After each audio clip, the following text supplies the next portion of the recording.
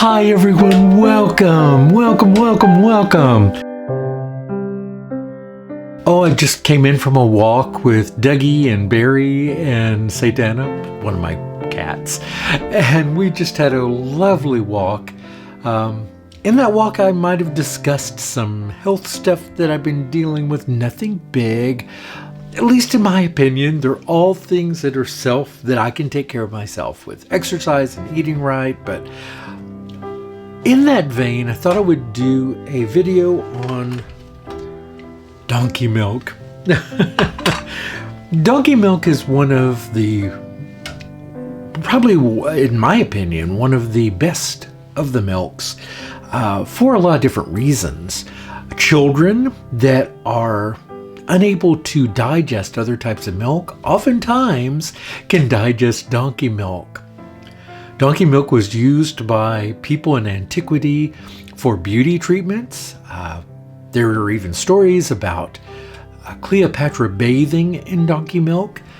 I think those may be a little bit myth, but hey, it's a great story.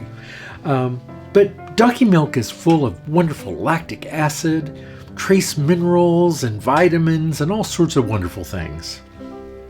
And I use it in lotions. My donkey milk lotion is made from the very donkeys that made this milk. And one of the terrific things that I also like to do is make a donkey milk soap. Why a donkey milk soap? Soap is soap, right? Soap is for cleansing. The ingredients that you put in it have very little effect, at least this is the opinion of many, on the cleansing of the skin. And since it's a rinse-off product, do you really get much benefit out of adding things like goat milk or donkey milk?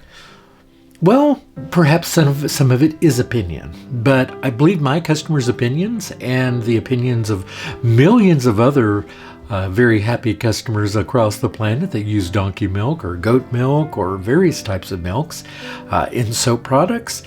It does make a really big difference. And in that vein, I'm going to freeze up some donkey milk for a soap that I try to keep on hand but haven't had an opportunity to recently as my donkey milk soap.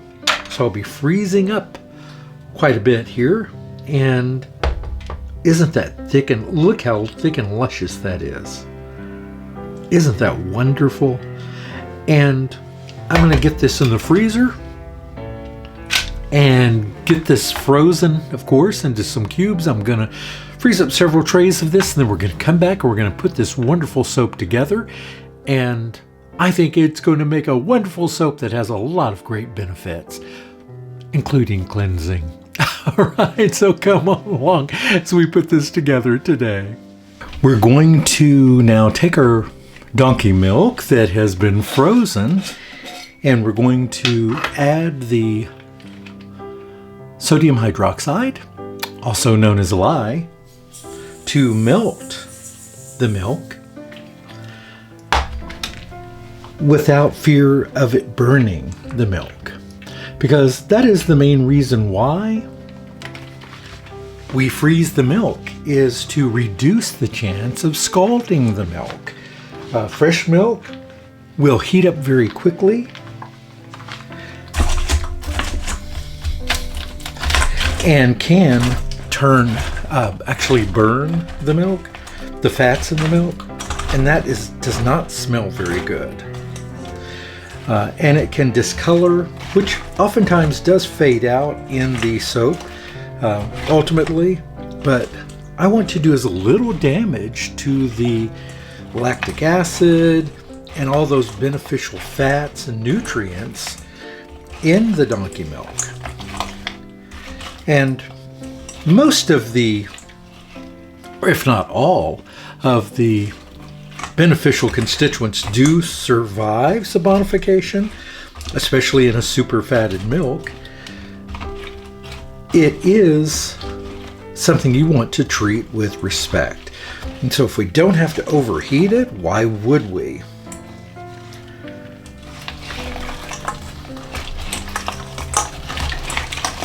I hope you've all had a wonderful day. As I discussed in the previous video, I'm now a well, retired from my 9-to-5 job, as it were, even though it was never a 9-to-5 job, but hopefully you understand what I mean by that.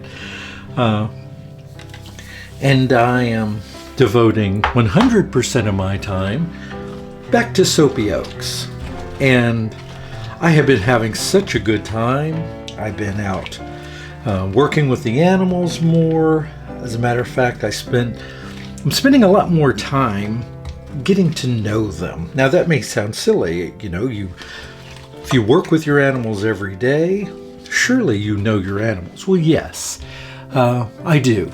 But because a lot of times that time was spent rushing to get things done so that I could get back to my 9-to-5 job, a lot of the niceties, the things that I like to do as far as communicating with the animals and really spending time checking them out as thoroughly as I would like, had fallen by the wayside. So to be able to do that again, to get involved in the lives of the mothers and their babies,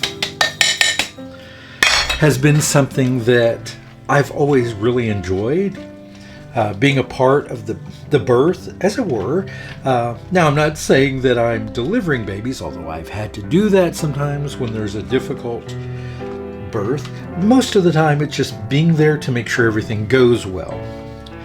I have a dog. She's a Great Pyrenees. Her name is Leia.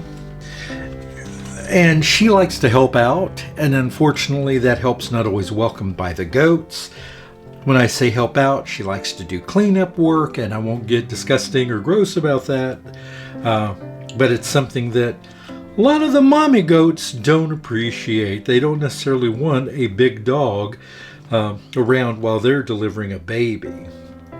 So I have to, now that I have more time on my hands, I can be the midwife, as it were, and help to avoid, at least help avoid any interruptions by Leia while they're giving birth and raising their young.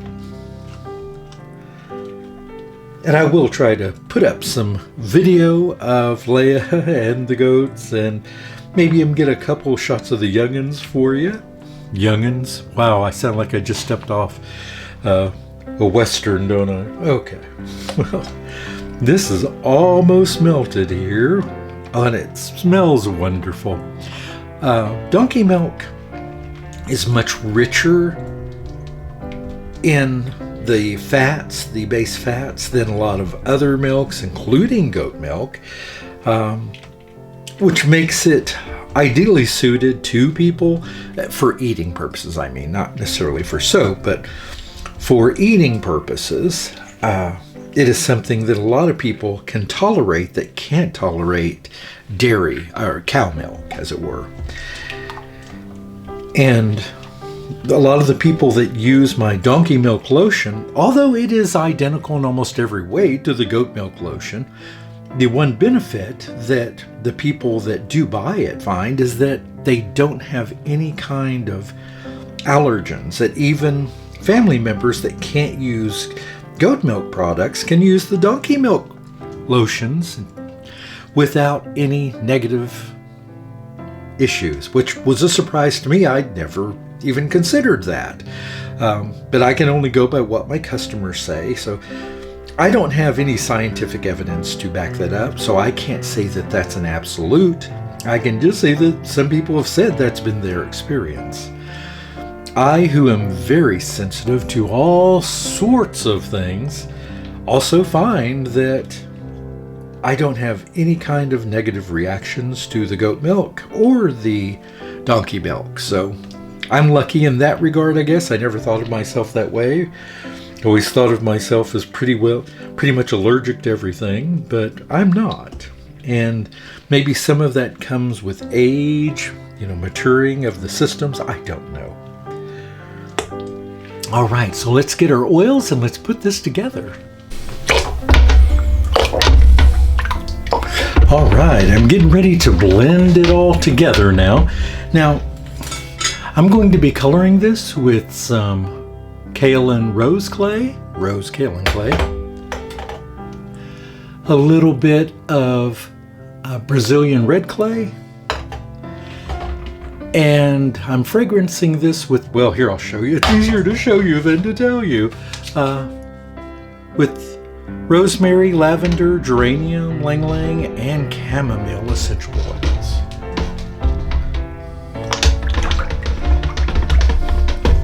So I'm going to go ahead and get this blended up, and then we're going to put it together.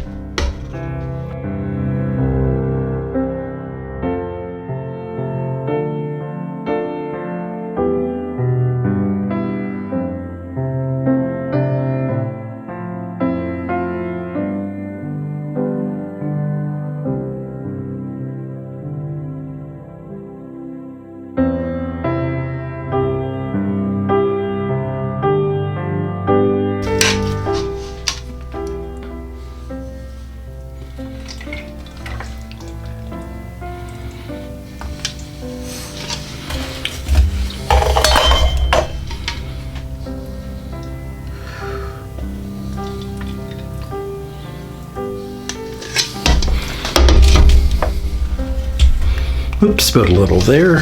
That's okay.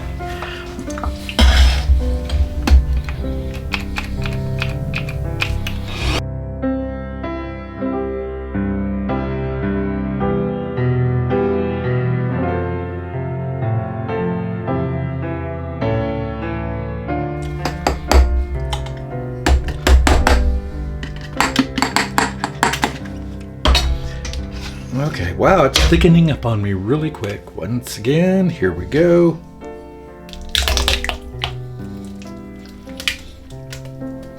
Much too thick.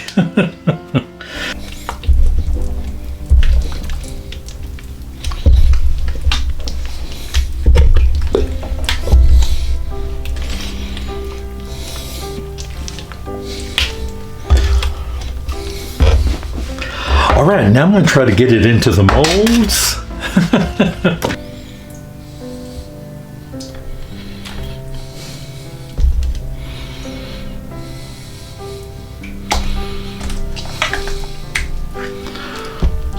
These are going in kind of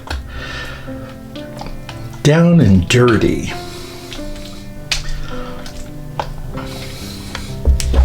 Oop.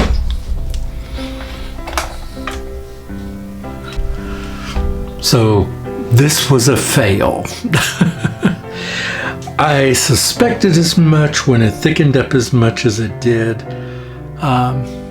Believe it or not, these are the best of them, okay? Some of them are just terrible. I mean, just really, really, really messed up, right? These are the ones that survived. Now this one's almost completely okay, except for some big holes there. But so this is going to be the prime opportunity for me to do a rebatch, which I haven't done in a long time. So we're going to see how we can turn this into a Valentine win from a Valentine loss. All right. Now I'm going to add in my yogurt. This is full fat donkey milk yogurt.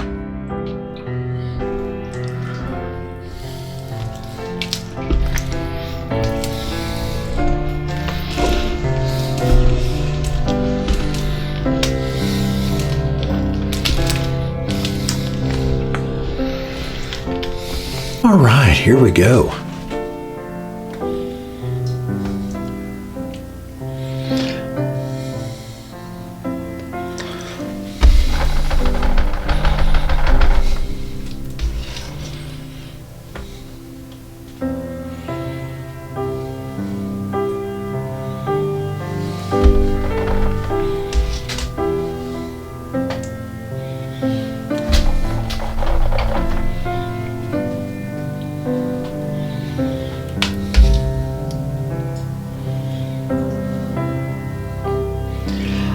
Now this is going to This looks a little dark. I hope that it lightens, because this is a blend now of the pink kaolin clay and the Brazilian red clay. So it's going to probably be a little darker. I'm hoping it lightens a bit into more of a cooler pink, but I don't know if that's going to happen or not. Alright, so I'm unmolding them now, and I'm very pleased with the color. Here, let me zoom in a little bit for you. Get a few of these, more of these out of the mold here.